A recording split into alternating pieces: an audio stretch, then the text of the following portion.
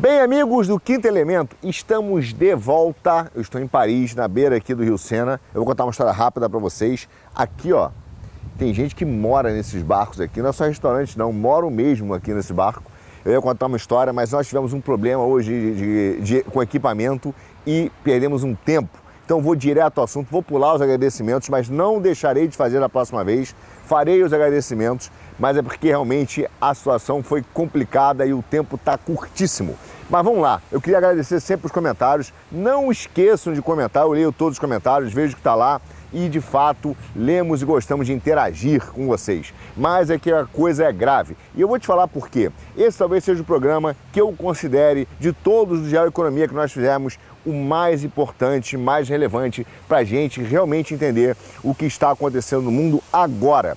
Pode parecer um pouco desproposital quando a porta-voz da Casa Branca falou que o Trump estava disposto, desproporcional, não desproporcional, desproporcional, que o Trump estava disposto a usar de a força econômica e militar para defender a liberdade de expressão. Mas será que é mesmo? E é por isso que é tão importante compreender o que está acontecendo no mundo e por que isso é tão importante e não foi nada desproporcional. Vamos começar pelo discurso da maluca, o discurso de inauguração para a União Europeia que foi feito em Estrasburgo, da Ursula von der Leyen. O verdadeiro discurso orwelliano. No fundo, meu amigo, ela prometeu mais guerra, censura e centralização. E de fato, nós vamos falar de censura e descobrir que o complexo industrial da censura vem sendo feito de longa data e nasce aqui em Paris. Mas vamos voltar à nossa von der Leyen, a maluca que coordena hoje a Europa. Esse discurso é extremamente importante para a gente entender qual o pacto de governança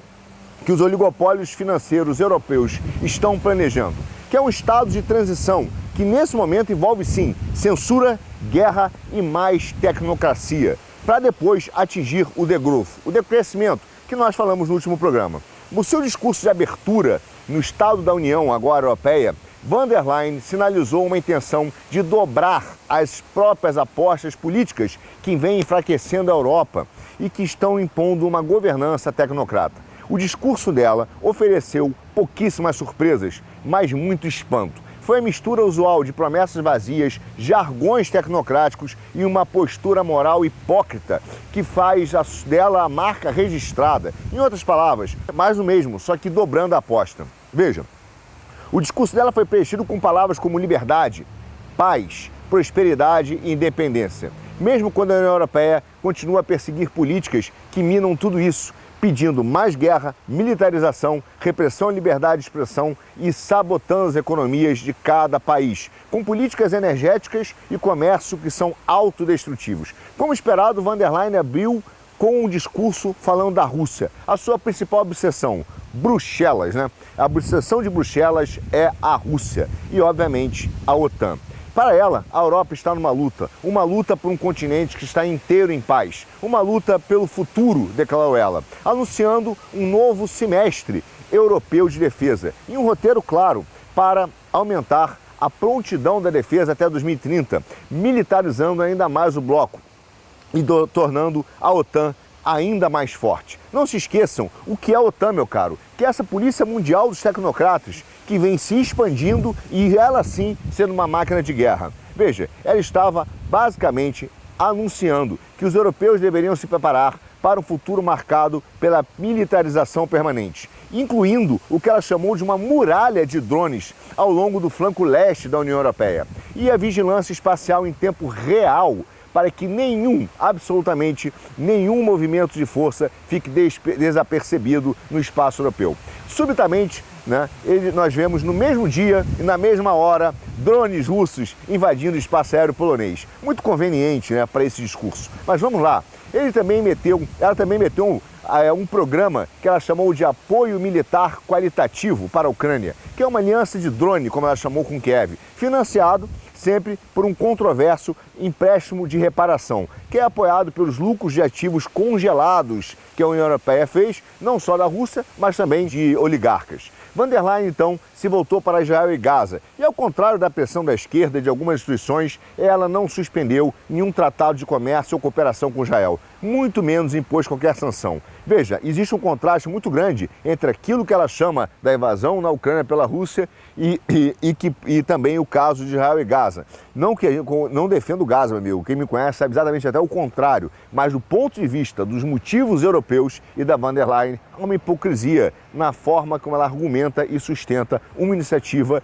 e a outra. Veja, é uma tentativa, sim, de tentar salvar a sua credibilidade. Ela tenta, de qualquer maneira, salvar essa credibilidade da União Europeia que está sendo imposta, criticada cada vez mais, não só pela população, mas pelos políticos.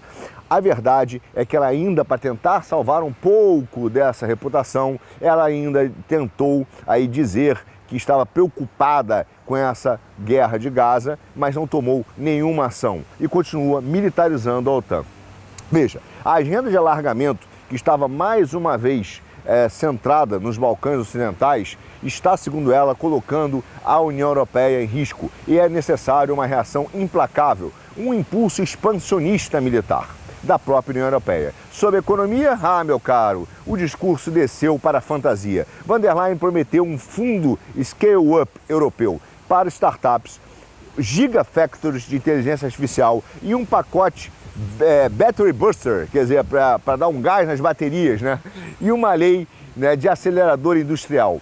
Tudo com o objetivo, disse ela, de tornar a União Europeia líder no campo da tecnologia e inteligência artificial. Veja, o discurso do ano passado também estava cheio de promessas semelhantes e ela não conseguiu materializar absolutamente nada. Abordou um dos principais problemas que pesam sobre a indústria europeia, que é o preço da energia. Segundo a Von der Leyen, ela fez uma impressionante alegação, né, que foi surpreendente para todos. Ela disse que o problema da energia é a dependência dos combustíveis fósseis russos. Por isso que a energia está cara. Olha que loucura. E não pela sua própria decisão de cortar o gás russo e substituir por um GNL muito mais caro e pela transição energética. Veja, ela só agravou a distorção econômica ao insistir que a União Europeia está no caminho da independência energética, quando na realidade o continente só trocou uma proximidade de uma fonte energética da Rússia por uma distante, que é dos Estados Unidos, ao mesmo tempo que depende de importações de fornecedores que estão na China. Uma loucura. Também depende de metais raros para sua energia e a sua competitividade é hoje dominada pela China por causa da transição energética. É um suicídio político, mas Von der Leyen conseguiu atrair risadas, virar deboche, inclusive nos jornais europeus, quando ela proclamou que o futuro dos carros e os carros do futuro devem ser feitos na Europa. Um slogan vazio, no estilo do Lula, que soou absurdo para muita gente no contexto da profunda crise que a indústria automobilística da Europa enfrenta, em grande parte graças exatamente a essa sufocante e louca regulamentação que a União Europeia cria, e até defendeu o recente acordo comercial com os Estados Unidos e a Europa, descrito aí por alguns como um acordo ruim, mas ela disse que era o melhor acordo possível dado o cenário geopolítico. Nesse ponto, ela não errou. Veja, eu tive o desprazer de ter que ver a entrevista dela ao vivo de manhã e eu vou te falar que acabou com o meu dia. O discurso dela atingiu um pico de surrealismo, de loucura, de esquizofrenia, quando ela revelou uma estratégia europeia antipobreza para ajudar a erradicar a pobreza até 2050. É algo inacreditável. Mesmo discurso do Lula. Veja, a esquerda no mundo tem se utilizado desses slogans de marketing para impressionar as pessoas. Quem é contra a redução da pobreza? Quem é contra o aumento da segurança? Quem é contra o aumento da prosperidade? Mas isso tudo são palavras vazias, não existe substância política no que ela está fazendo. Veja, e apesar do fato real de que a taxa da pobreza na União Europeia tem aumentado exatamente desde o dia em que ela assumiu o cargo em 2019, a realidade é que a classe média europeia, o povo, está cada vez mais pobre, devido exatamente às políticas energéticas e às políticas de regulamentação que ela defendeu. Mas a parte mais sinistra do discurso da Von der Leyen veio quando falou das novas ferramentas para fazer cumprir o Estado de Direito e combater a manipulação da informação e a desinformação. Meu caro, vou dizer uma coisa para vocês.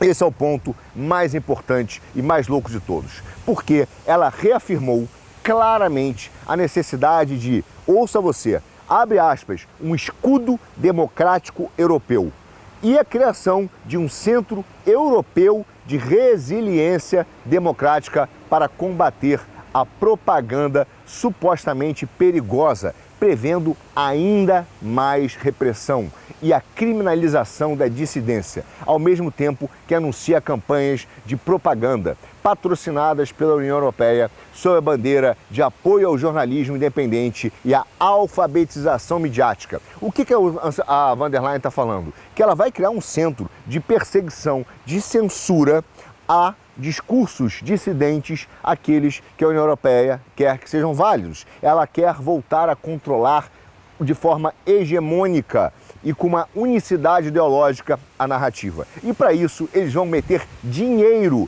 nos meios tradicionais e vão forçar as pessoas a começar a ter uma educação ideológica para somente acreditar nas fontes midiáticas oficiais. É isso que ela falou. Repare e anote esses termos: Centro Europeu de Resiliência Democrática, Escudo Democrático Europeu. Expressão, meu amigo, isso significa repressão à liberdade de expressão, repressão à liberdade, a criminalização do discurso da dissidência. E para fechar, apoio ao jornalismo independente e à alfabetização midiática, dinheiro. É muito importante entender o que isso vai acontecer. Esses termos chegarão em breve ao Brasil, ditos por figuras ilustres, jornalistas e também ministros da Suprema Corte do Judiciário, porque vão começar a entrar em circulação. Nós vimos, meu caro, a utilização desse complexo industrial da censura num pacto faustiniano entre os oligopólios financeiros, o judiciário e a mídia para calar a dissidência e impor o pensamento único. Mas essa estratégia, meu amigo, jurídica, não nasce nos Estados Unidos, nasce aqui na França. A França inventou o complexo industrial da censura. Veja, nos novos arquivos do Twitter Files, eles revelaram como as autoridades políticas francesas, ONGs e tribunais trabalharam para pressionar o X, o antigo Twitter, a censurar, consolidando o complexo industrial da censura pós-guerra da França. Nos Estados Unidos, o Twitter Files revelou a existência de uma vasta aliança de agências governamentais, organizações de mídias, empresas de tecnologia, instituições acadêmicas e grupos da sociedade civil para remover, sinalizar e suprimir o discurso, que era um discurso dissidente daquilo que a narrativa oficial, que o regime quisesse que fosse imposto. Um sistema oculto de controle da narrativa que veio a ser então conhecido como o que a gente chama de complexo da censura industrial, ou complexo industrial da censura. Exatamente o que a von der Leyen quer fazer agora, aumentando essa estratégia aqui na Europa. A mesma estratégia que também chegou no Brasil, a mesma estratégia da Suprema Corte Brasileira, que está há muito tempo utilizando do judiciário para pressionar as empresas de tecnologias para controlar a narrativa. É o tal PL da fake news. Veja, não é um movimento isolado, é um movimento coordenado mundial de censura e repressão. Essas práticas, meu amigo, não estão de forma alguma limitadas aos Estados Unidos e à Europa, não. O complexo industrial da censura é um fenômeno global e há pouquíssimos lugares onde ele tem mais força, acredite, do que aqui na França.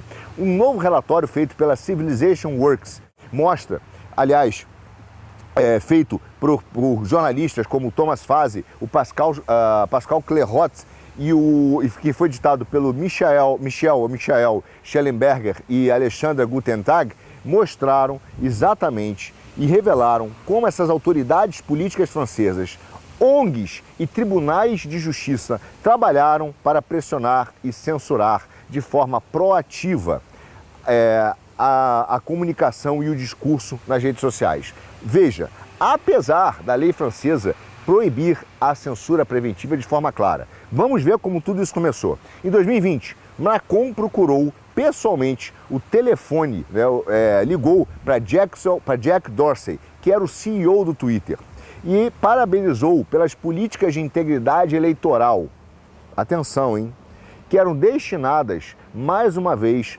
a abordar e combater o que eles chamavam de desinformação e interferência em torno das eleições. Você viu isso em algum lugar, não viu? Você viu isso em algum lugar, não vou dizer onde, só você pensar. Vale a pena notar que essa justificativa, que ele chamou de importante para a democracia, foi totalmente revelada exatamente no Russian Gate, que nós já mostramos 2 ou 3 programas atrás, que foi uma invenção basicamente desmascarada, mas que foi feita por agências de inteligências junto com os oligopólios financeiros europeus, das grandes famílias, que aliás o Macron é ligado com a família Rothschild. Já se sabe qual foi o tema da conversa com o Macron, então com Lula, né? Já tem ideia de onde surge todo esse movimento da fake news no Brasil e do controle de integridade eleitoral. Veja, voltando ao Macron, não está claro ainda qual foi o nível de conversa que ele teve com o CEO do Twitter. Tá? Mas o fato é que o Macron fez um movimento de cultivar laços diretos com os CEOs das principais plataformas digitais. Assim, exatamente assim como fizeram no Brasil o atual ministro da Suprema Corte, o Flávio Dino e Alexandre de Moraes. Ele, Macron, concedeu então, e todo mundo sabe disso, uma cidadania francesa a 2 pessoas. Ivan Spiegel, que era o CEO do Snapchat, e também Pavel Durov, CEO do Telegram. Agora veja, essa cidadania vai virar uma armadilha depois para o Pavel Durov. Porque depois de ele vir para um ambiente democrático, para fugir de eventuais sanções e perseguições em países autocráticos, ele começou a enfrentar a acusação na França, criminal por várias condutas, que vamos chegar a elas. O Macron realizou várias reuniões no Palácio do Élysée com Mark Zuckerberg, né? E mostrando muito claro o seu esforço para estabelecer uma influência pessoal sobre esses líderes das empresas globais de tecnologia. É razoável supor, meu amigo, que o alcance do Macron, que a ligação do Macron para o Dorsey foi além de um simples gesto de parabenização, mas foi sim uma criação de uma ponte com o objetivo de influenciar pessoalmente as políticas das plataformas americanas na França. Uma intervenção com ramificações globais potencialmente de longo alcance, inclusive para os próprios usuários nos Estados Unidos e no Brasil. De fato, o pedido de Macron coincidiu com o lançamento de uma ação judicial por 4 ONGs francesas contra o Twitter. 4 ONGs francesas entraram na justiça contra o Twitter, usando o judiciário como instrumento de guerra política, levantando suspeitas, óbvio, de uma pressão coordenada. O que eles queriam? Eles queriam que as comunicações internas do Twitter fossem disponibilizadas, tornadas públicas, e revelaram um padrão deliberado de litígio estratégico, assim como o PSOL e os partidos políticos de esquerda fazem no Brasil, e ONGs também, que usam de litígio estratégico junto à Suprema Corte para conseguir obter o seu objetivo de controlar os sistemas de censura ou de coordenação de conteúdo nas plataformas.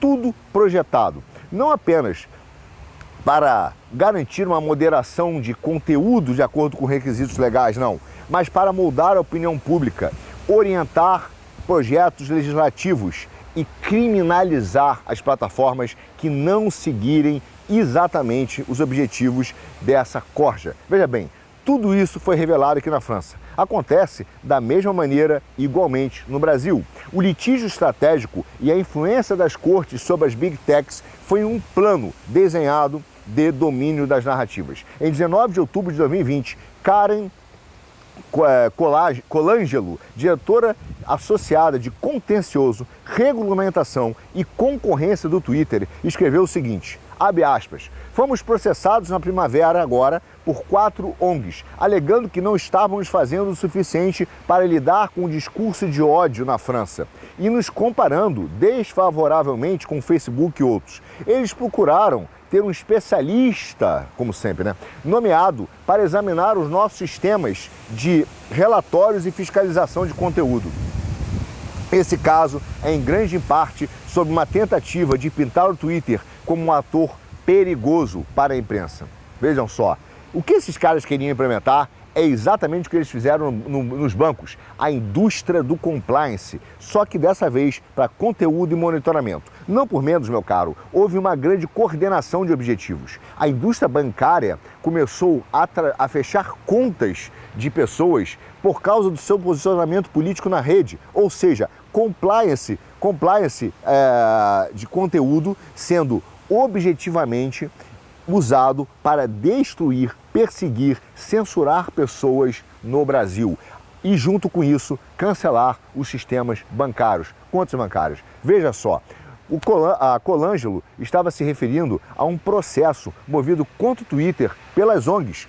Quais foram as ONGs que processaram a Twitter aqui? Anote: SOS Racismo, SOS Homofobia, a União dos Estudantes Judeus da França, e o J'accuse, alegando, que significa eu acuso, alegando que o Twitter não estava conseguindo remover o discurso de ódio em tempo hábil. Todas essas ONGs foram utilizadas, criadas como instrumento de subversão, de litígio jurídico para garantir a implementação e a implantação da censura. Após uma sessão de mediação em 7 de novembro de 2020, Colangelo atualizou seus colegas dizendo o seguinte: tivemos a segunda mediação no assunto das ONGs. Elas articularam suas preocupações, que em termos gerais são: 1. Eles sentem que não estamos agindo contra o discurso de ódio com rapidez suficiente. E, na sua opinião, às vezes não estamos agindo e fazendo nada. 2. Eles querem transparência adicional sobre como lidamos com relatórios de discurso de ódio e monitoramento proativo de conteúdo de discurso de ódio. E 3. Estão preocupados que deixemos os usuários do Twitter anônimos. Eles acreditam que isso vai permitir que os perpetradores de discurso de ódio continuem longe de uma detecção e punição. Segundo eles, o momento do processo não foi coincidência, como observou Audrey Aberlin, que é o diretor de políticas públicas do Twitter. Para a França e a Rússia, o que aconteceu foi 2 pontos. Do ponto de vista da política pública, como todos vocês devem se lembrar, o anúncio do processo foi logo antes da leitura final do projeto de lei chamado Avia, que é uma lei destinada a combater o discurso de ódio online e o conteúdo ilegal, no mesmo modo que tivemos no Brasil, meu caro. Continuando. E teve como objetivo apoiar a votação desse projeto de lei. Tcharam! Bom, esse alinhamento surge fortemente ligado e no momento que o litígio acontece. E sugere que não foi, então, uma simples resposta espontânea ao abuso de alguém online, mas foi parte de um esforço amplo, coordenado, no qual as ONGs politicamente conectadas e financiadas agiram em conjunto com o governo, atores legislativos e mídia para criar uma pressão pública e fortalecer o caso dos poderes de censura que estariam expandidos. Novamente, o uso do judiciário como instrumento de captura do discurso online. Você já viu isso em algum lugar? Ainda bem que isso não acontece no Brasil, graças a Deus. Deve-se notar, meu caro, que sob a lei francesa, o Estado está impedido de impor censura preventiva, o que nas comunicações internas do Twitter é referido como monitoramento proativo. Mas o que nós podemos ver, que é claro, é que as ONGs que foram financiadas, inclusive pelo Estado, desempenharam um papel de executoras. E esse foi o ponto central, agindo por meio de ações judiciais, pressão pública e litígios estratégicos para coagir as plataformas a práticas de moderação que excedem as suas obrigações legais. Qual foi a ideia? Já que o Estado não pode agir e preventivamente, antecipadamente impor a censura, o Estado financiou ONGs como braços do complexo judicial de extorsão e coação para entrar com litígios e ações estratégicas no judiciário para dizer então que a sociedade civil, a opinião pública estava requerendo e pedindo a ação do judiciário. E através dessas ações do judiciário, em conluio com o Poder Executivo, implementar o controle da narrativa. Ou seja, ONGs como braço do complexo industrial da censura, meu caro. A partir do início, na verdade, da década, que foi em 2010, esses grupos iniciaram uma série de ações legais contra o Twitter, e contra o conteúdo supostamente odioso. As suas ações judiciais, meu cara, alavancaram a famosa lei, a lei de confiança na economia digital. Veja só, olha os termos que eles usam. Lei de confiança, é muita canalice, né? Que foi feita em 2004. E embora a lei não obrigue as plataformas a moderar proativamente o conteúdo, ela começa a criar uma limitação e uma responsabilidade econômica. No final, o judiciário francês até rejeitou a grande maioria dos pedidos das ONGs no julgamento de 2020. Por exemplo, mas foram pedidos absurdos. Eles queriam as suspensões de conta, certas contas, queriam interferência ativa na moderação da plataforma, só que eles atenderam as ONGs num ponto extremamente importante. Eles obrigaram o Twitter a divulgar dados de moderação a determinados grupos da sociedade civil, ao invés de dar isso, por exemplo, ao poder público ou promotores. Ou seja, a sociedade civil começaram a ter acesso a dados da moderação de conteúdo. E ao fazer isso, eles efetivamente permitiram, então, que as ONGs obtivessem acesso aos processos internos do Twitter. As comunicações internas do Twitter, nesse caso, confirmaram que o litígio das ONGs eram menos sobre aplicação legal rigorosa do que, na verdade, tentar fazer com que a empresa começasse a ser um braço de censura mais agressiva e preventiva. Onde se viu isso? No caso, por exemplo, das Sleep Giants no Brasil.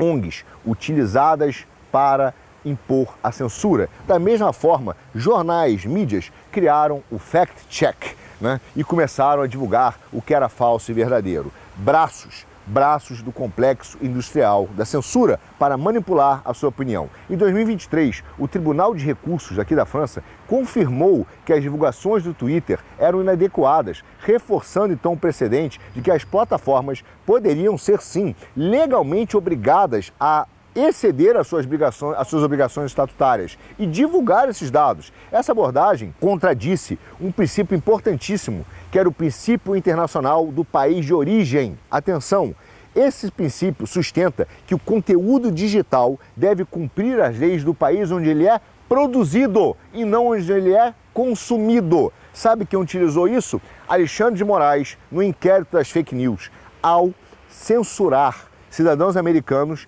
dentro da plataforma do Twitter, simplesmente porque estava colocando conteúdo onde ele era produzido, mas consumido no Brasil. A partir dessa violação desta lei é que se criou o precedente de que era possível, então, sim, acabar com essa lei internacional, violar esse pacto internacional e fazer com que o conteúdo fosse censurado a partir do momento em que ele é consumido e não produzido. Mas isso é uma violação de um pacto internacional. Mas não foi ele, não foi criativo. Ele seguiu o que os tribunais franceses também resolveram fazer. O governo Trump, então, e o Comitê Judiciário do Senado dos Estados Unidos estão corretos, meu caro, ao afirmar que as leis europeias, sejam nacionais ou em toda a União Europeia, como a Lei de Serviços Digitais, permitem sim, potencialmente, censura a cidadãos americanos, assim como o Brasil está fazendo. Esse movimento global de censura e controle é um mecanismo, meu caro, de guerra cognitiva. É o domínio e a manipulação da narrativa. Não permitir com que a livre opinião e a livre ideia circule, censurando o conteúdo no lugar da sua produção.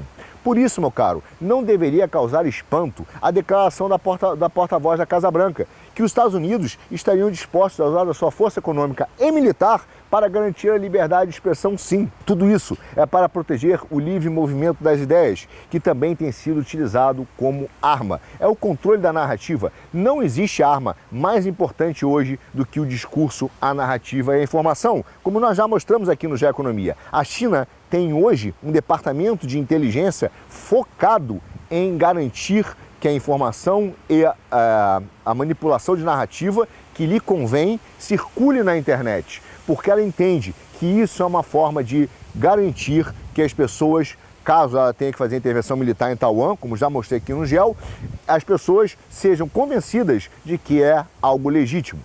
Veja, o litígio em torno também de April Berreval. Quem é essa? Ela é vice-campeã do concurso de Miss da França 2020. Exemplificou essa tendência, como foi feito a censura. ela foi submetida a uma enxurrada de tweets, alguns considerados antissemitas. Ela aproveitou e processou o Twitter, não as pessoas, por não agir rapidamente. Embora os tribunais tenham rejeitado grande parte das suas reivindicações, reconheceram que o Twitter na França não tinha controle operacional sobre a moderação, que era gerenciado pelo Twitter Internacional na Irlanda.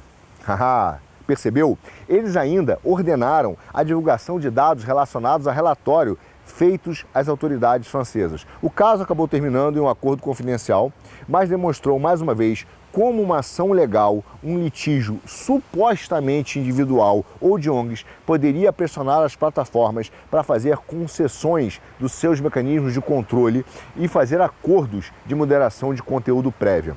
E esse é o problema de usar o sistema judicial como arma, meu caro, porque a esquerda só vai dar mais poder ao sistema, assim como a direita às vezes também o dá.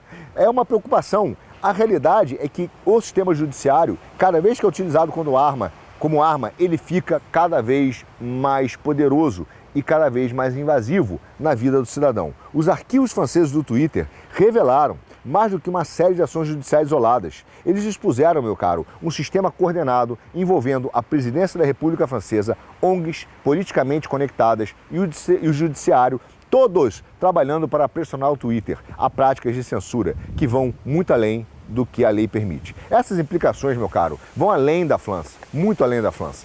Hoje, nós temos claramente um complexo industrial que continua a operar globalmente, usando desse estratagema judiciário, governos e mídia para garantir uma influência.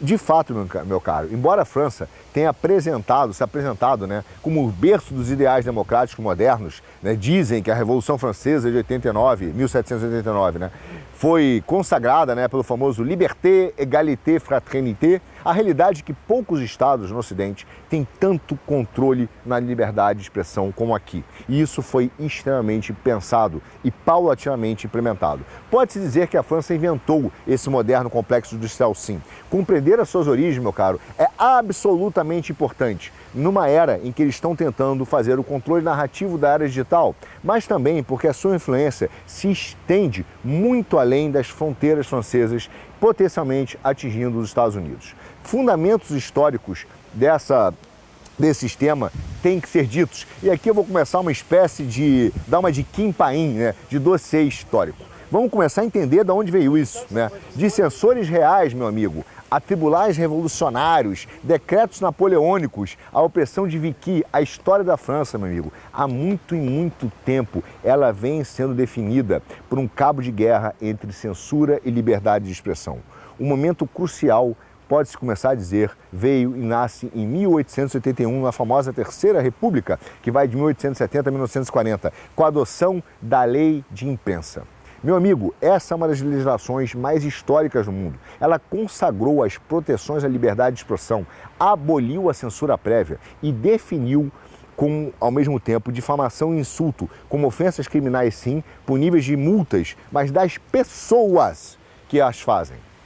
Embora alterada muitas vezes, a lei permanece em vigor, só que ela vem sendo progressivamente enfraquecida, em linha com a ascensão do complexo industrial da censura do pós-guerra feito pelo sistema judiciário. Um passo crucial nessa direção foi a aprovação de uma lei feita em 1972, chamada Lei Pleven. Veja só, ostensivamente destinada a combater ao quê? Ah, meu caro, o racismo, criminalizando o incitamento ao ódio, a difamação e os insultos com base em raça, etnia ou religião. A sua verdadeira revolução estava, na verdade, numa inovação processual. Veja o que aconteceu, hein? Veja o ano, 1972. Veja como esse ano, meu caro, tem coisas que são coincidentes, como o famoso Clube de Roma, que gerou a pauta ambientalista, o ecossocialismo. O The Growth também nasce nessa época.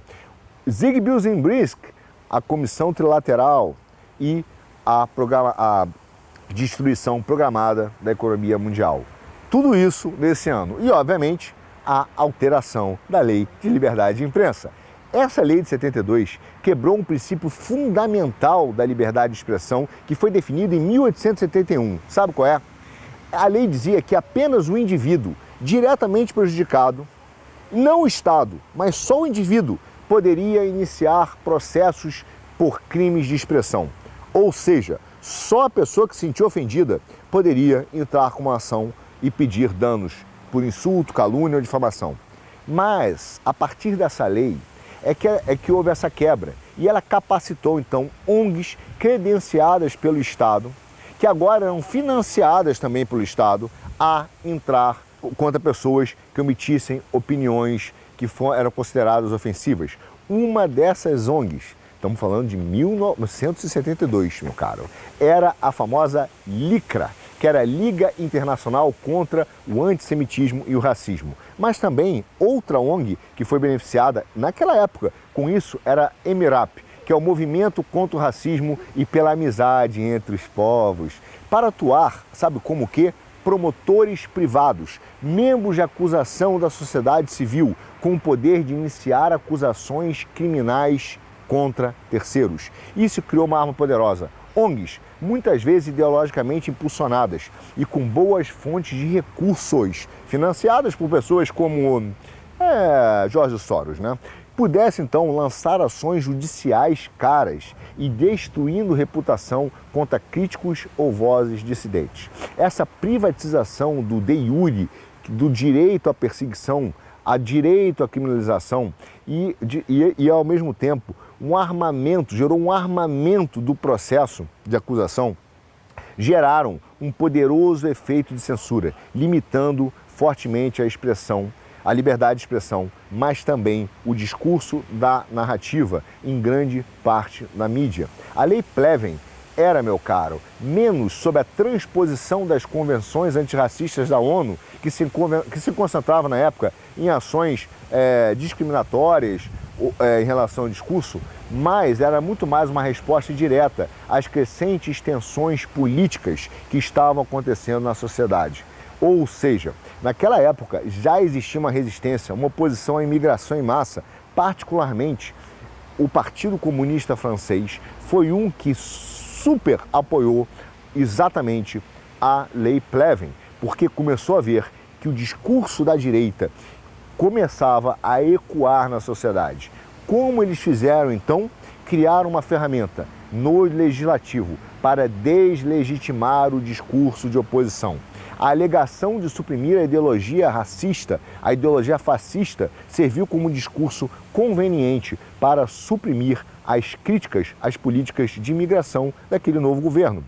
A Lei Pleven, meu amigo, abriu uma caixa de Pandora. A década de 80 testemunhou então uma explosão de ONGs, muitas vezes apresentando causas nobres, como antirracismo, feminismo, etc., mas que eram, sim, e agiam, sim, frequentemente como representantes de partidos políticos, como no Brasil, né, faz o PSOL, ou de grupos de interesses, para pressionar e garantir que o Poder Judiciário implantasse um novo controle sobre o discurso público, uma nova orientação, seja uma orientação ideológica, cultural, sexual, uma nova memória histórica garantida por lei, sem direito à contestação. Mas a coisa não acaba por aí. Em 1990 surge a Lei Gueïçô e marcou uma escalada, sim, extremamente perigosa, porque ela começou a criminalizar, veja só, ela criminalizou a negação e o revisionismo histórico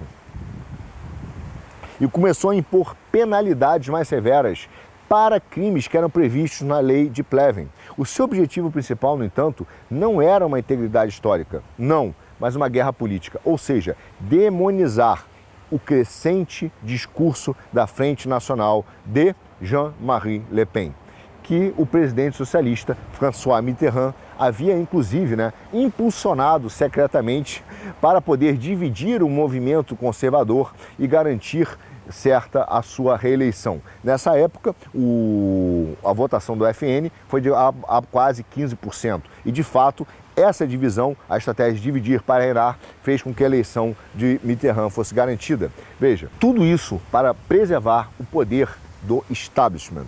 Da mesma forma, a Lei Taubira, de 2001, reconheceu a escravidão como crime contra a humanidade e autorizou ONGs que representam descendentes de escravos, ou escravizados, como dizem, né, a iniciar processos judiciais, enquanto a sua patrocinadora, que é a Christiane Taubira, desencorajou publicamente a discussão sobre o comércio de escravos muçulmanos árabes. Isso não podia falar, para evitar ofender certas comunidades, mas falar dos exageros ou da escravidão feitas pelo Ocidente, essa podia falar e pedir reparação. Em resumo, meu caro, a França desenvolveu um padrão perturbador de criminalização seletiva do passado.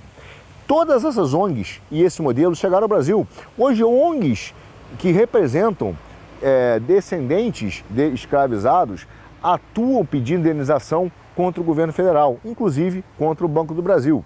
Esse modelo foi criado em 1972, de ONGs sancionadas pelo Estado, exercendo esse poder de acusação de promotoria, foi estabelecendo o pilar fundamental do complexo industrial da censura francês. Décadas, meu amigo, antes da existência da mídia social. O que nós estamos vendo agora é que o complexo da censura na França não é como nos Estados Unidos, que é um deep state, o Estado profundo. Não. Aqui, o próprio Estado criou um aparato permanente e centralizado, distinto até mesmo de governos transitórios. Ou seja, o controle sobre o fluxo da informação é alcançado por meio de um sistema multicamadas que é cercado de subsídios, regulamentação, vigilância e estruturas legais, em que os próprios representantes eleitos não são capazes de desmantelar. O Estado se tornou o próprio complexo industrial. Enquanto nos Estados Unidos existia o Deep State, o próprio Estado francês exerce essa autoridade, assim como no Brasil. Veja,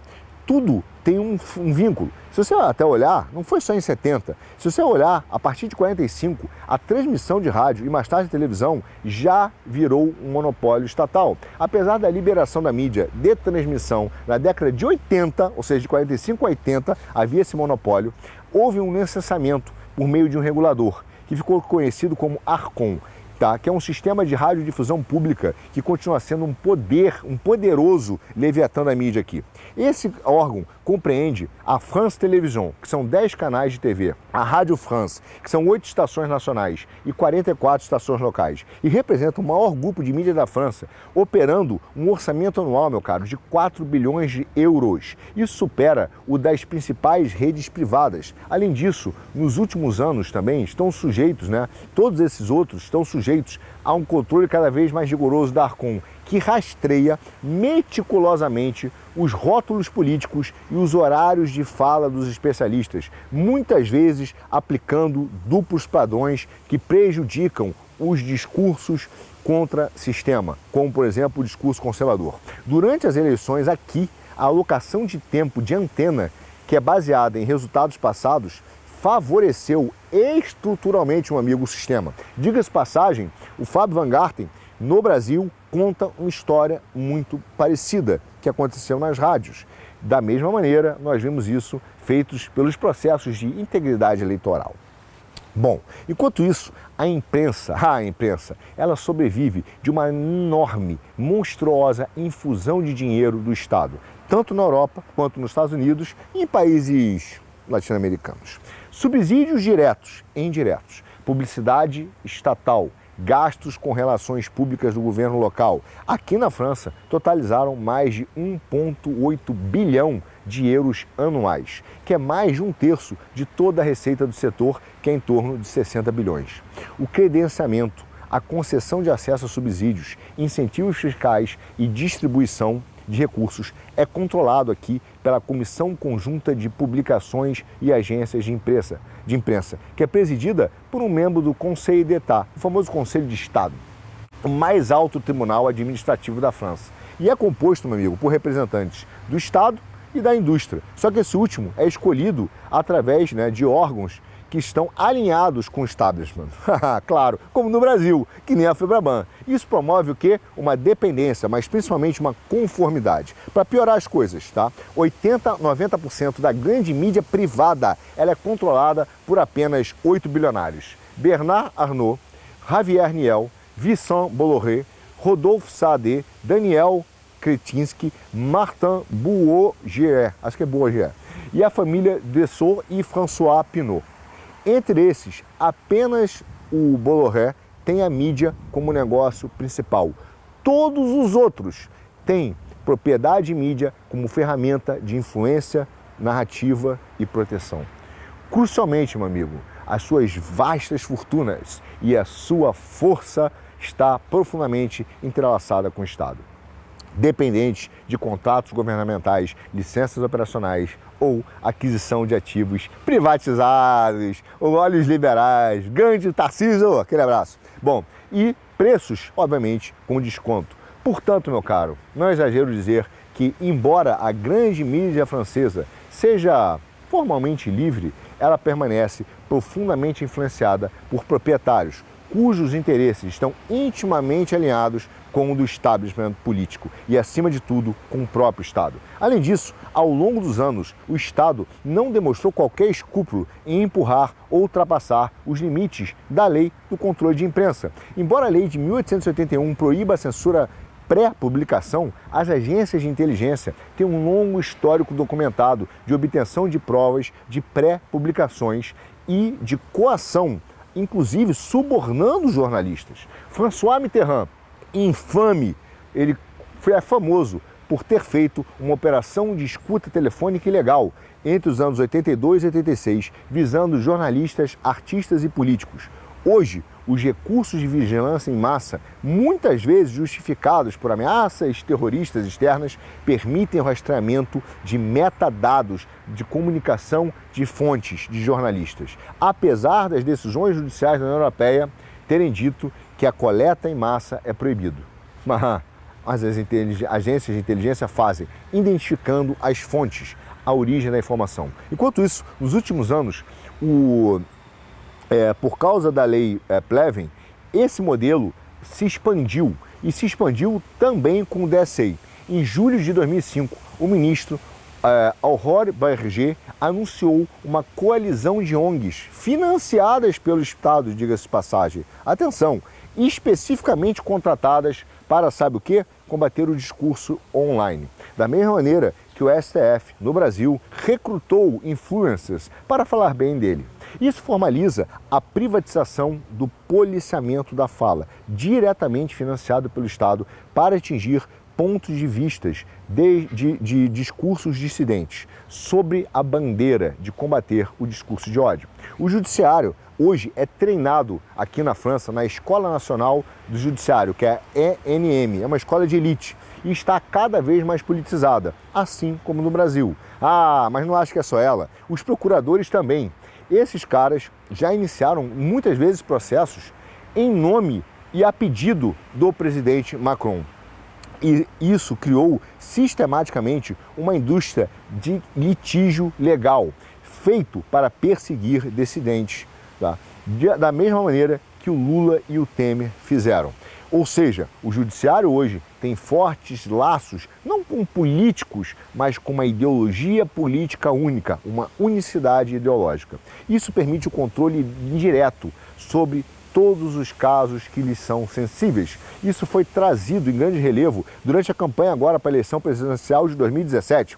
Apesar de uma campanha de relações públicas implacável, impulsionada pela grande mídia de propriedade dos oligarcas, o Macron, meu amigo, estava definhando, ele estava em terceiro lugar nas pesquisas no final de 2016. Estava tomando uma surra. Bom, ele estava atrás dos candidatos da direita, tanto do François Fillon quanto da Marine Le Pen. E aí, começa a grande ascensão de Macron. A partir de quê? Esforços coordenados de quem? Do serviço civil, junto com alto escalão do judiciário. Te lembra alguém? Algum caso parecido? Bom, o que levou a essa mudança? Veja, uma acusação. Em março de 2017, Fillon é acusado pelo Ministério Público na mais rápida história judicial da França. Já viu algo parecido, né? Resultou, meu caro, em uma investigação que durou apenas 1 mês e meio por apropriação indevida de fundos públicos. Essa intervenção foi fundamental e tirou da corrida o favorito à presidência, que estava pronto para se tornar o sucessor de Macron, e acabou impulsionando Macron nas pesquisas, culminando na sua vitória sobre Marine Le Pen no segundo turno. Em última análise, meu caro, a eleição de Macron foi garantida através de manobras estratégicas do serviço da sociedade civil, de ONGs, do alto escalão do judiciário, da mídia e dos oligarcas que defenderam loucamente a sua candidatura. Foi um golpe fomentado pela elite francesa. Você já viu isso em outro lugar do mundo? Acho que só aqui, né? Só acontece aqui. Essa teia que combina alavancagem financeira, alinhamento oligárquico, supervisão regulatória, vigilância, privatização e a acusação da privatização e do poder de perseguição, junto com um judiciário conveniente, forma o que nós chamamos hoje da espinha dorsal institucional do complexo de censura industrial francês, que está sendo replicada em outros lugares do mundo. E a ascensão da internet criou um problema para esses caras, porque destruiu o controle tradicional da informação, desencadeou pânico entre as elites europeias e culminou então, meu amigo, na rápida adoção de uma lei chamada Lei de Serviços Digitais, que é a DSA, que eu falei há pouco acima, em 2022. É o regulamento mais abrangente da internet. Já foi implementado na Europa e obrigou as plataformas a remover rapidamente o conteúdo considerado ilegal pelas autoridades europeias, ou pode enfrentar multas que vão até 6% da sua receita anual global. Leis extraterritoriais. Atenção, mas mesmo assim, veja que curioso, é a partir desta lei que o Supremo Tribunal Federal no Brasil se inspira para adotar o controle digital. Uma lei que foi feita às pressas para garantir exatamente a privatização do poder de acusar, a criminalização do discurso público dissidente, a utilização do litígio judicial, tudo isso, e a manipulação da mídia, o controle da mídia, tudo isso foi garantido por essa lei por causa do incômodo que virou a internet e a mídia social, que não estava sob o controle desses oligarcas. É nessa lei que o Supremo Tribunal se inspira para fazer o controle no Brasil. Veja, esses caras vieram com a história que essa lei tornaria então a internet mais segura. E seu objetivo, na verdade, realístico, né, é controlar a narrativa online por meio de plataformas que são convenientes ao sistema, para policiar o discurso online de acordo com as definições amplas e politicamente carregadas, né, de desinformação e espalhar fake news. O DSE, meu amigo, essa lei, forma a base desse complexo industrial da censura e foi apoiado, sim, pelo supranacionalismo europeu. Mas em muitos aspectos, a França foi muito mais longe do que a lei permitia e embarcou em um ataque legislativo e regulatório implacável, com o objetivo de replicar mecanismos de controle offline para o online. A base inicial da censura online francesa está na Lei de Confiança na Economia Digital de 2004. É uma lei que oficialmente, né, foi dita como uma lei nacional, que era uma diretiva de comércio eletrônico da União Europeia para garantir a concorrência livre e justa, acesso ao mercado e proteção ao consumidor. Veja qual era o objetivo da lei. E a França foi a lei, adicionou certos dispositivos rigorosos de censura. Ela estabeleceu a estrutura de aviso e remoção de conteúdo, concedendo imunidade de responsabilidade às plataformas somente se ela removesse conteúdo ilegal mediante solicitação extrajudicial e fornecessem dados do usuário, quebrando o anonimato. Crucialmente, os pedidos podem vir não apenas dos tribunais, mas de órgãos administrativos estaduais. E se criou um modelo para a censura administrativa. Imagina a CVM, o Banco Central, entrando para remover conteúdo que não lhe favorecesse. A Receita Federal, como foi o caso do Drex Digital. Só que eles não tinham ainda esse poder no Brasil e eles utilizaram a AGU. Mas é exatamente o mesmo modelo francês. Isso foi exacerbado, meu caro, em 2009, pelo lançamento da plataforma Pharos, que é operado pela nada mais, né, para fazer a aplicação da lei, que permite que os cidadãos denunciem conteúdo automatizando a demanda de remoção. Em 2012, a França já era líder global de solicitações de censura ao Twitter, exigindo medidas de pré-banking. As dificuldades enfrentadas pela Microsoft, pelo Facebook no mesmo ano, mostram como o Estado conseguiu atingir o seu objetivo. As invasões fiscais nas duas empresas sobre as práticas de cobrança foram seguidas, pelo Facebook, nomeando Laurent Soli como conselheiro sênior conselheiro sênior do ex-presidente Sarkozy, na época que ele era ministro das Finanças, como CEO do grupo francês, revelando um padrão interessante da contratação de insiders, de pessoas politicamente conectadas para navegar pela burocracia e garantir a conformidade legal. A ameaça de multas maciças ou de ajustes fiscais contínuos virou uma alavanca poderosa de pressão do Estado e dessa burocracia controlada pela oligarquia francesa para garantir que então essas empresas se entrassem em conformidade com o complexo industrial de censura. Eu posso dizer para vocês que 2016 foi o ponto de inflexão na repressão do Estado no discurso online. Sem dúvida, o Brexit, a vitória de Trump e o movimento dos coletes amarelos aqui na França, por incrível que pareça, que foi organizado através de mídias sociais pela classe trabalhadora, convenceram as elites de que os distúrbios da informação representavam de verdade uma ameaça existencial ao establishment. Era preciso controlar as redes sociais. Surgiu um grande consenso dessas elites. As plataformas digitais precisam ser regulamentadas para conter a ascensão da manifestação popular. Isso levou Macron a um enorme ataque legislativo. Tudo isso a partir de 2016, época que também chega ao poder o Bolsonaro, eleito em 2018. Mas em 2016 nós temos a queda da Dilma também pelas redes sociais. Nós precisamos entender que é desta lei, dessa fonte maldita, desse pestífero ventre da censura que a lei brasileira e a Suprema Corte buscam inspiração. A lei de 2018 contra a manipulação das informações começou então a surgir, mobilizada por Macron. Veja, as leis existentes já criminalizavam notícias falsas, como no Brasil. Só que essa lei nova determinou que as plataformas implementassem ferramentas de detecção prévio de desinformação e garantissem transparência algorítmica durante as eleições, sob supervisão de quem? Da Arcom, que é aquele órgão governamental. É um grande cavalo de Troia para o controle da narrativa no nível da plataforma. Alguns no Brasil, alguns países também usaram o Tribunal Superior Eleitoral para fazer isso. Não no Brasil foi tudo bem.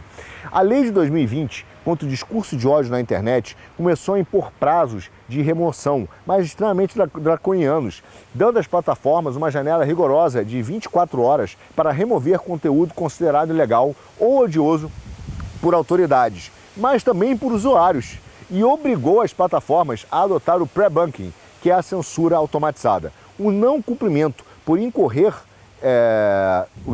dessas práticas pode levar a uma penalidade de até 4% da receita global da plataforma, aplicada discricionariamente pela Arcom, que é um órgão administrativo. O Conselho Constitucional rejeitou algumas medidas dessas por violar a liberdade de expressão. Só que o Macron imediatamente recorreu e empurrou esses princípios para a União Europeia e fez isso já na sua presidência de 2022, tornando então esses princípios supranacionais e que deveriam ser implementados em todos os países, não apenas aqui na França. Ou seja, a lei de 2021 também criou o que a gente chamou de fortalecimento, de alguns princípios republicanos. Para eles falaram o seguinte: precisamos então combater, para garantir a democracia, o discurso de ódio, o separatismo e qualquer conteúdo antidemocrático, que eles chamaram aqui de antirrepublicano. O próprio ônus da conformidade virou uma forma de coerção para as plataformas e que garantisse a automação e a remoção automática de certos conteúdos. A lei agora, recente, de 2024, é uma lei que foi chamada de Proteção e Regulamentação do Espaço Digital, que é SREN. Ela é a principal legislação que aborda deepfakes e questões relacionadas, exigindo que as plataformas removam imediatamente conteúdo deepfake não consensual e abordem conteúdo envolvendo assédio online ou compartilhamento ilegal de dados. Crucialmente, essa lei se integrou à lei francesa, que é a Lei de Serviços Digitais da União Europeia. Ou seja, designando quem? A Arcom, como um grande coordenador de serviços digitais da França, para supervisionar a conformidade e aplicação das leis. O mesmo órgão capturado. Veja você. Enquanto isso, introduz disposições nacionais adicionais para melhorar a segurança digital. Pressão, meu caro, para proibir as mídias sociais. Isso mesmo. Após um esfaqueamento em uma escola local, o Macron disse que pressionaria a União Europeia para proibir mídias sociais para crianças menores de 15 anos, mesmo com autorização dos pais. Isso equivale a uma tática velada para obrigar, na verdade, a identificação de todos os usuários através do sistema de cartão de identificação biométrico da União Europeia. É uma maneira de rastrear a atividade online de cada cidadão. Ou seja, fingindo dizer que é uma criança menor de 15 anos não pode entrar na rede social, ele vai exigir que todo mundo se identifique através do seu cartão de identificação biométrico, dizendo então que aquela pessoa é maior de 15 anos para poder acessar a rede social e dessa maneira rastrear a atividade online de cada cidadão. Veja, existe uma menção especial para uma outra lei, uma outra agência que se chama Viginum, mais ou menos isso, né? Se chama VIGINUM, que é a Agência de Contra-Desinformação, que foi lançada pelo Macron agora, em julho de 2021. O seu mandato, veja, dessa agência, é detectar manipulação de informação estrangeira que ameaça os interesses nacionais por meio do monitoramento de código aberto das grandes plataformas. No entanto, as suas ações, né, a sua ação e a sua liderança é feita por um cara que é um tenente-coronel chamado Marc-Antoine Brillant, e é um especialista em contra-insurgência. Outro cara que trabalha com isso é o Evert Letoqueux, que é um oficial de alfândega, né, e tem experiência em contra-terrorismo e segurança cibernética. Só que esses caras sugerem um papel muito mais amplo dessa agência. Por exemplo, foi sugerido que estava implicado, por exemplo, no cancelamento do primeiro turno presidencial da Romênia em 2024, que o candidato era um agente da Rússia e que, portanto, a sua agência, a sua manifestação no TikTok era uma manifestação de manipulação. Ou seja, Kalin Georgescu teve a sua eleição cancelada, baseada numa afirmação não comprovada de que ele usava o TikTok como agência, como membro da Rússia, e não porque a sua agenda soberanista atingiu o povo. Os relatórios que promoveram exatamente e sustentaram a Suprema Corte vieram dessa agência, da Viginum.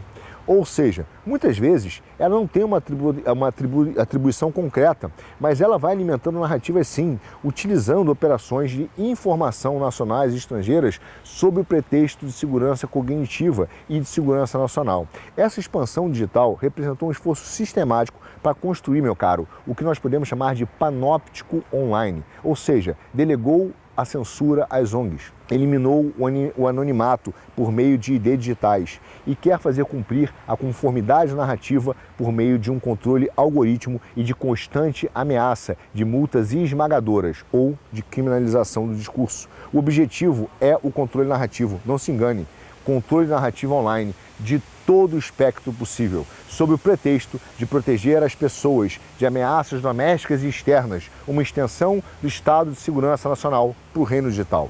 Veja, no ano passado, o complexo industrial da censura intensificou a sua guerra às plataformas e figuras de oposição também, usando todo o peso da lei e da intimação judicial.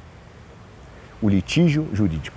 Em agosto de 2024, o Pavel Durov, que é o fundador do Telegram, que tinha recebido a cidadania do Macron de braços abertos, foi preso aqui em Paris. Ficou preso 4 dias. Ele é indiciado em uma lista de acusações impressionantes. Sabe o que ele é indiciado? Cumplicidade no crime organizado, tráfico de drogas, fraude, distribuição de material de abuso sexual infantil, recusa em fornecer dados para interpretação legal, conspiração criminosa, lavagem de dinheiro e facilitação ao terrorismo. É ou não é retaliação política? Sabe por quê? Porque o Durov se recusou a instalar backdoors no Telegram, que é usado por mais de 1 bilhão de pessoas no mundo, não ocidentais inclusive. Crucialmente, Macron e o seu partido usaram fortemente o Telegram, acreditando que era seguro, né, nos anos de 2015 a 2022, ao invés do WhatsApp. Para ele usou o Telegram. Para você, tem que ter o backdoor e acesso pleno à sua arquitetura. O fato é que a sua arquitetura cliente-servidor significa que o Telegram possui anos de comunicações sensíveis do governo francês. Só que na primavera de 25, Durov se encontrou com Nicolas Lerner, que é o diretor da DGSE, que é o Serviço de Inteligência Estrangeira da França. E de acordo com Durov, Lerner suprimiu e pediu para suprimir vozes conservadoras no Telegram, principalmente após o que tinha acontecido na Romênia. Tanto o Ministério de Relações Exteriores francês quanto a DSGE negaram as alegações de Durov, mas ele garante que esse encontro aconteceu. Enquanto isso, em julho de 2025, a promotora de Paris, aqui chamada Laure Becot, que também processa Durov, abriu uma investigação criminal sobre o X e a sua gestão por interferência em uma operação de sistema de TI, extração fraudulenta de dados e interferência estrangeira. Esses são crimes cibernéticos significativos, com penalidades sob o Código Penal de até 10 anos de prisão, meu amigo. O Becot afirmou que a sua decisão de processar foi baseada em reclamações de pesquisadores franceses e evidências fornecidas por instituições públicas. Só que essas fontes nunca foram reveladas. Parece claro que o caso visa apenas forçar o X a uma conformidade algorítmica com narrativas aprovadas pelo Estado. Nos últimos anos, houve um aumento nos processos de condenação de figuras políticas. O caso mais recente, Marine Le Pen, que no início desse ano foi considerada culpada de desvios de fundos da União Europeia e condenada a 4 anos de prisão, 2 dos quais foram suspensos, e uma proibição de 5 anos de ocupar cargos públicos. Uma penalidade que o Tribunal de Primeira Instância ordenou que entrasse em vigor imediatamente, apesar de haver recurso da Le Pen. Isso, meu amigo, mostra que não existe mais aqui na França a presunção de inocência e se permite que os juízes eliminem os candidatos antissistema. Esses casos vão mostrando a evolução do complexo industrial da censura, se alinhando com o complexo industrial de coação e extorsão judicial. Quando a censura e o controle narrativo começam a vacilar, o sistema então utiliza de instrumentos de processo criminal e eliminação judicial contra a maioria dos seus críticos, sejam indivíduos, sejam empresas. Veja, o que tem acontecido é que esse complexo industrial de censura não é mesmo um acidente. Ele é um reflexo, meu caro, desesperado de uma elite que enfrenta uma crise existencial. Falhas em várias frentes. Vivemos estagnação econômica, uma desastrosa política geopolítica, principalmente na Ucrânia, que drenou bilhões de euros, erosão dos padrões de vida, fim dos empregos, empobrecimento programado, enfim, as elites destruíram a sua legitimidade. O poder da internet expôs a desconexão da elite e promoveu a voz do povo. O complexo, então, é uma ferramenta para reconstruir o controle, garantir uma segurança cognitiva, um imperativo de segurança nacional, regulando a praça pública digital tão firmemente quanto o Estado, que uma vez regulamentou também as ondas de rádio, de transmissão e televisão. No entanto, meu amigo, as fundações desse sistema estão rachando. A confiança pública nesses governos está na mínima histórica. A tecnologia evoluiu mais rápido do que a maldade e a regulamentação. Os cidadãos hoje estão migrando para espaços criptografados. A elite, presa no dogma globalista obsoleto e nas mentalidades de controle de cima para baixo, que vem desde a Guerra Fria, só conseguem responder com o aumento do seu totalitarismo. Mais coação e coerção, mais leis, mais multas, mais processos, mais acesso judicial. Só que essa arrogância tecnocrática, dizendo que só ele sabe a verdade e só ele sabe como proteger os pensamentos dos cidadãos de coisas erradas ou de ideias mais, está alimentando uma virada contra esse autoritarismo. O resultado será incerto.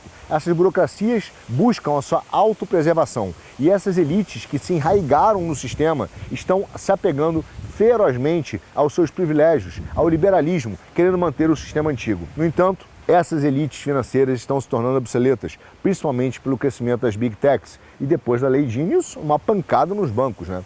Vejam, a França pode até ter construído todo o arcabouço do complexo industrial da censura e é um dos complexos mais sofisticados, só que a sua vitória sobre a praça pública digital não está garantida, meu caro. E nesse sentido, a União Europeia pode cair sim, exatamente pela inflexibilidade dos seus sistemas. A gente não pode esquecer do laço do Macron com os Rothschilds, que é exatamente o mesmo sistema que está sendo colocado no Brasil. Bolsonaro, a direita brasileira, o cristianismo, são vítimas desse complexo industrial da censura que nasce no macronismo pelas elites oligárquicas financeiras europeias e inglesas e que migraram para os Estados Unidos utilizando o deep state americano através do sistema judiciário americano, europeu e também brasileiro. Existe uma máquina de censura e controle e o discurso de von der Leyen só mostra que esse escudo democrático só significa repressão e violência judicial e que isso vai aumentar na Europa, com efeitos que vão se irradiar também no Brasil. Não por menos, muitos jornais europeus, financiados pelo sistema, dizem que a Suprema Corte brasileira, sancionada, violadora de direitos humanos, acertou na defesa da democracia ao sequestrar Bolsonaro. Não por ser um exemplo de justiça, meu caro, mas, na verdade, por ser um exemplo da repressão judicial e da mais completa demonstração do complexo industrial da censura. Esses efeitos de insubordinação e do golpe de Estado institucional judiciário já é um movimento ocidental. Veja, até mesmo o Wall Street Journal revelou recentemente uma certa insubordinação judicial e mostra o nível da captura do judiciário como um todo.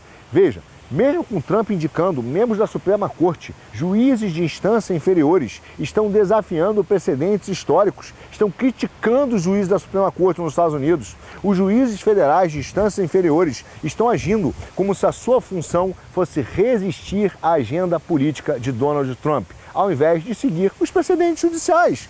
Eles expressam a sua discordância com o tribunal, usam táticas para driblar as orientações do Tribunal Superior, empregam o quê? A interpretação irrestrita das decisões dos tribunais ou fazem determinações factuais mentirosas, sabendo que os tribunais de apelação vão respeitar e deixar que o caso chegue até o Supremo, onde as partes têm que gastar tempo e dinheiro para garantir a manutenção do seu direito. Todo esse subterfúgio cria um sério desafio para o sistema judiciário, uma vez até que a Suprema Corte Americana, mesmo sendo mais à direita, não consegue revisar todas as aplicações equivocadas das suas decisões.